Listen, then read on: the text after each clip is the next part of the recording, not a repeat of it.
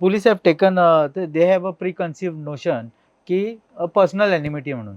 What do you have to say on that? No I whatever need to be said personal enmity नाजाल्यार कितें आहा पळय तें हांवें सगळें सांगलेलें आसात. हां. आनी म्हजो लॉयर आसा पळय तो स्ट्रॉंग इनफ आसा.